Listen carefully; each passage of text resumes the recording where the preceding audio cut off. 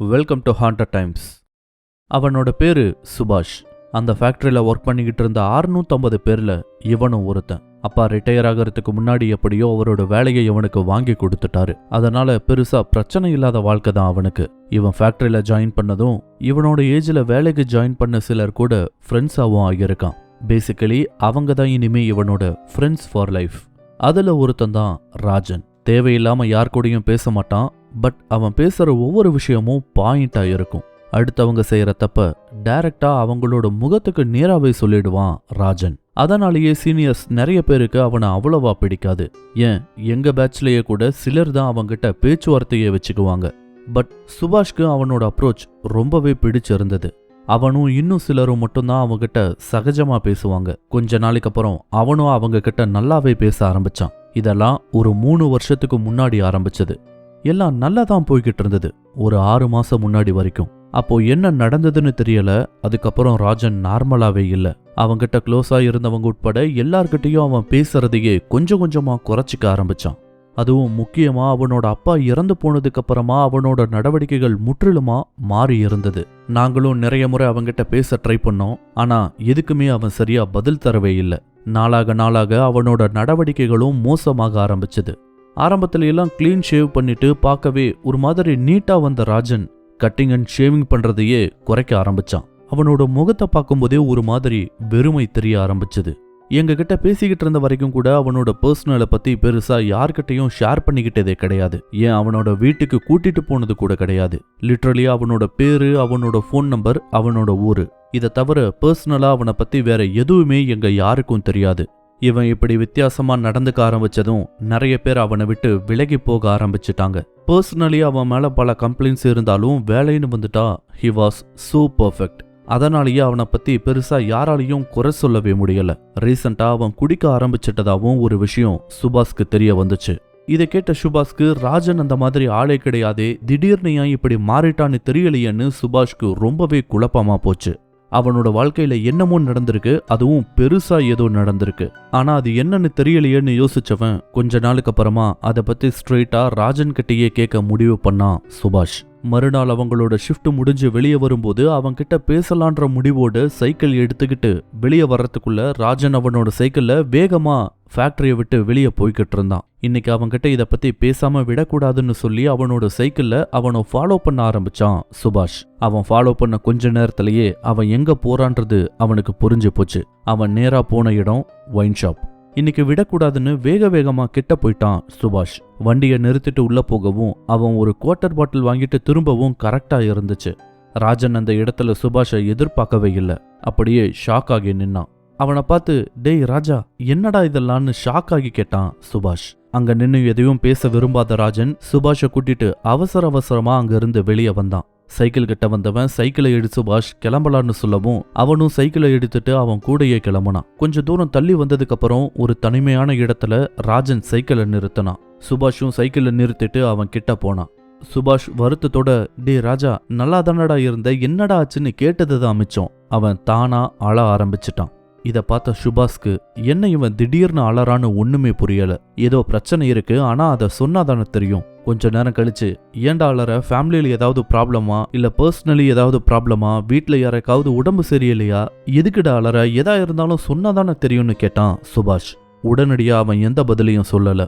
கொஞ்ச நேரம் கழிச்சு சுபாஷ், நான் ஒரு கொலை பண்ணிட்டேன்டான்னு சொல்லியிருக்கான் ராஜன். இந்த பதிலை கேட்டு சுபாஷ் ஷாக் ஆகிட்டான். என்னது, கொலை பண்ணிட்டியா, என்னடா சொல்றன்னு கேட்டிருக்கான். நான் அதை வேணும்னே பண்ணலடா சுபாஷ், கோவத்துல என்னையும் மீறி நடந்துடுச்சுன்னு சொல்லி அழுதான். அதை ப்ராசஸ் பண்ண சில நிமிடங்கள் அவனுக்கு தேவைப்பட்டது. கொஞ்ச நேரம் கழிச்சு அவனோட எண்ணங்கள் அமைதியானதுக்கு அப்புறமா என்ன நடந்துச்சுன்னு சொல்ல சொன்னான் சுபாஷ். 6 மாசத்துக்கு முன்னாடி நடந்த சம்பவம் அது. அவனோட ஃபேமிலி ரொம்பவே ஏழ்மையான ஒரு குடும்பம் தான். அப்பாவும் அம்மாவும் ரொம்பவே கஷ்டப்பட்டு தான் அவனை படிக்க வச்சிருக்காங்க. இதுல ராஜனோட அம்மாவுக்கு இருதய பிரச்சனை வேற இருந்திருக்கு. இதனால அவனோட அப்பா அவரோட சக்தியவும் மீறி கடன் வாங்கி தான் செலவழிச்சிருக்காரு. சில வருடங்களுக்கு முன்னாடியே ராஜன் வேலைக்கு வந்துட்டாலும் அந்த கடன் அடைக்க அந்த வருமானம் மட்டுமே போதுமானதா இல்ல. இதுக்கும் அவரோட அப்பாவும் வேலைக்கு போய்கிட்டு தான் இருந்திருக்காரு. ஆனா 1 வருஷத்துக்கு முன்னாடி அவரோட உடல்நிலையும் மோசமானதன் காரணமா அவராலையும் வேலைக்கு போக முடியாம போயிருக்கு. அதுல இருந்து அந்த வீட்டுல இருந்த ஒரே ஏர்னிங் பர்சன் ராஜன் மட்டும்தான். இதனால கடன் கொடுத்தவங்க அடிக்கடி வந்து தொல்லை கொடுக்க ஆரம்பிச்சிருக்காங்க. குறிப்பா கணேசன்ற ஒருத்தன். அந்த ஆள்கிட்ட கடன் வாங்கினது தான் அவனோட அப்பா செஞ்சதுலயே பெரிய தப்பா இருந்துச்சு. அந்த ஆள் தான் ரொம்ப டார்ச்சர் பண்ண ஆரம்பிச்சிருக்கான். ஒரு தடவை ராஜனோட வீட்டுக்கு முன்னாடி வந்து நின்னு பெரிய பிரச்சனை பண்ணியிருக்கான் அந்த கணேசன். இத ராஜனோட அப்பாவால தாங்கிக்கவே முடியல. ஏன்னா அவன்கிட்ட அவர் வாங்கின பணத்தை விட வட்டியை தான் அதிகமா கொடுத்துக்கிட்டு வந்தாரு. அதனால ஏற்பட்ட மன உளைச்சல்லையே அடுத்த சில நாட்கள்ல அவர் இறந்து போயிட்டாரு. இதையெல்லாம் கண்ணெதிரில் பார்த்துக்கிட்டு இருந்த ராஜனால அதை தாங்கிக்கவே முடியல.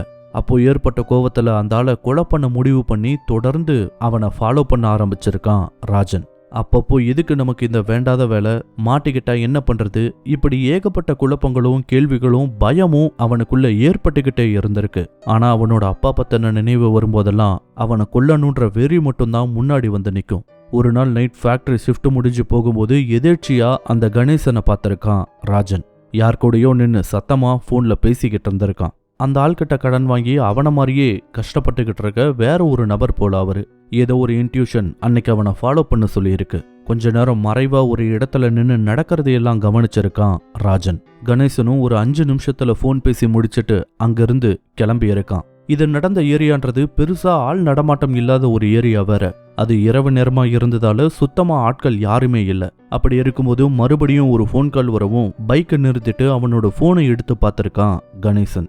இதுதான் சரியான நேரம்னு சுத்தியும் முத்தியும் பார்த்து கன்ஃபார்ம் பண்ணிக்கிட்டு தைரியமா கணேசன் முன்னாடி போய் நின்று இருக்கான் ராஜன். வேலையில இருந்து வந்ததால அவன்கிட்ட எந்த ஒரு பொருளும் இல்ல. அவன்கிட்ட போனதுமே கோவமா கத்த ஆரம்பிச்சிருக்கான் ராஜன். இத பார்த்து உஷாரான கணேசன் அவனும் சத்தம் போட ஆரம்பிச்சிருக்கான். கொஞ்ச நேரத்துல அந்த சண்டை கைகலப்பா மாறி இருக்கு. அப்போ ஒரு கட்டத்துல ராஜன் கணேசனை பலமா தள்ளி விட்டுருக்கான். அவன் தள்ளி விட்டதுல ரோட்ல போய் விழுந்திருக்கான் கணேசன். அப்போ எதிர்பாராத விதமா அந்த பக்கத்துல கூட்ஸை ஏத்திட்டு வந்த லாரி ஒன்னோட டயர் கணேசனோட தலையில வேகமா ஏறி இறங்குச்சு. அதுல கணேசனோட தலை மொத்தமா செதஞ்சே போச்சு. என்னாச்சோ தெரியலையேன்னு இறங்கி வந்து பார்த்த அந்த லாரியோட டிரைவர் கணேசனோட நிலைய பார்த்துட்டு பதறி போயிடுறாரு. எங்க நாம மாட்டிக்க போறோமோன்ற பயத்துல உடனடியா அங்கிருந்து லாரியை எடுத்துட்டு தப்பிச்சு போயிருக்காரு அந்த டிரைவர். இதுக்கும் அவரு ராஜனை நல்லாவே பார்த்திருக்காரு. இருந்தும் எங்க நின்னா நாம மாட்டிக்குவோமோன்ற பயத்திலேயே அங்கிருந்து வேக வேகமா கிளம்பி போயிருக்காரு. அவனை கொல்லணுன்ற வெறியோட ராஜன் அவன் கிட்ட போனாலும் இப்படி நடக்கும்னு அவன் எதிர்பார்க்கவே இல்லை. திடீர்னு இப்படி ஒரு சம்பவம் நடக்கவும் பயந்து போய் அங்கிருந்து ஓட்டமும் நடையுமா வீட்டுக்கு வந்து சேர்ந்திருக்கான் ராஜன். மறுநாள் காலையில லாரி ஏறி கணேசன் செத்துட்டான்ற செய்தி ஊர் முழுக்க பரவி இருக்கு. என்ன நடந்திருக்கலான்னு பேசிக்க ஆரம்பிச்சாங்கன்னா, கணேசன் ராத்திரி குடிச்சிட்டு அந்த வழியா வந்துகிட்டு இருக்கும்போது தடுமாறி கீழே விழுந்துட்டானோ, அவன் பின்னாடியே ஒரு லாரி வந்துகிட்டு இருந்ததாவும், இது நடந்த இடத்துல வெளிச்சம் ரொம்ப கம்மியா இருந்ததால ஆள் கீழே விழுந்திருக்கிறது தெரியாம லாரி அவனோட தலையில ஏறி இறங்கிருச்சுன்னு, அதை வச்சு பார்க்கும்போது இது ஒரு ஆக்சிடென்ட் கேஸ் தான்ற மாதிரி அந்த கேஸை க்ளோஸ் பண்ணியிருக்காங்க. ஆனா அவனோட சாவை நினைச்சு ஊருக்குள்ள யாரும் வருத்தப்பட்ட மாதிரியே தெரியல. எத்தனை பேத்த கஷ்டப்படுத்தியிருப்பான், அந்த பாவம் தான் அவனையும் அடிச்சிருச்சுன்னு பேச ஆரம்பிச்சாங்க. ஆரம்பத்துல அப்பாவோட சாவுக்கு காரணமானவனை பழி வாங்கிட்டோன்னு இருந்தாலும் போக போக நாம ஒரு உயிரை கொன்னுட்டோமோன்ற கில்ட் அதிகமாகவும் ராஜன் ஆளே மாற ஆரம்பிச்சிருக்கான். என்ன பண்றதுன்னு தெரியாம அதுக்கப்புறம் தாண்டா நான் இப்படி மாறிட்டேன். இது வரைக்கும் நான் இதை பத்தி யார்கிட்டயுமே சொல்லல, உன்கிட்ட தான் சொல்லி இருக்குன்னு எல்லாத்தையும் சொல்லி முடிச்சான் ராஜன். இதை கேட்டுக்கிட்டு இருந்த சுபாஷ்னால இதை எப்படி எடுத்துக்கிறதுன்னே தெரியல. ராஜன் பண்ணது ஒரு வகையில கரெக்டா இருந்தாலும் அவன் ஒரு கொலையை பண்ணியிருக்கான். ஆனா இப்போ அந்த கேஸும் க்ளோஸ் ஆயிடுச்சு. இது அப்படியே மறந்துட்டாலும் யாருக்கும் எந்த தொந்தரவும் இருக்காதுதான். ஆனா என்ன பண்றதுன்னு தெரியாம ராஜன் மாதிரியே குழப்பத்துக்கு உள்ளானா சுபாஷ். இப்போ நீங்க சொல்லுங்க, ராஜனை போலீஸ்ல காட்டி கொடுக்கலாமா இல்ல வேணாமா?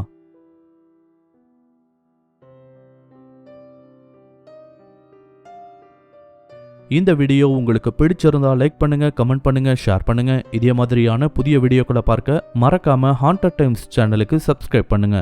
மறக்காம நோட்டிபிகேஷன் பெல் ஐகானையும் கிளிக் பண்ணி விடுங்க. தேங்க்யூ.